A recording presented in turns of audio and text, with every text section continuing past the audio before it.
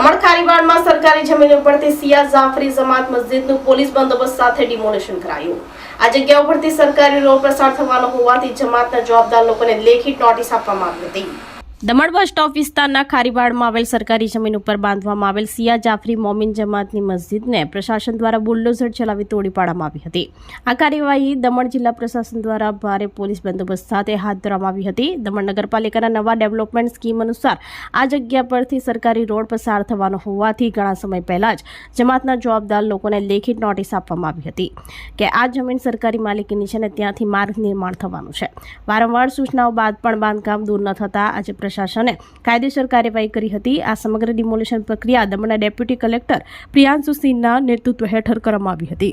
સ્થળ ઉપર પોલીસનો કાફલો તૈનાત રાખવામાં આવ્યો હતો। ડિમોલિશન દરમિયાન મસ્જિદમાં રહેલી સામગ્રી જમાતના સભ્યોને પોતે જ બહાર કાઢવાની મંજૂરી આપવામાં આવી હતી, જેથી ધાર્મિક ભાવનાઓને ઠેસ ન પહોંચે।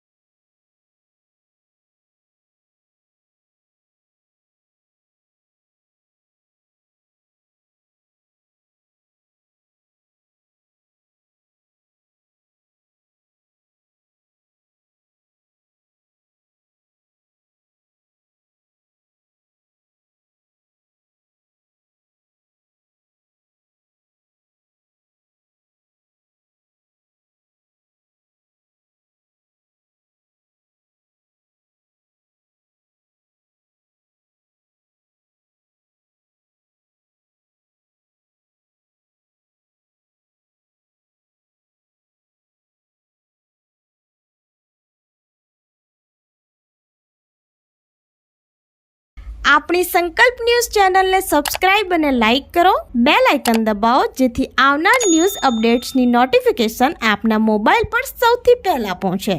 Like, subscribe and share the video.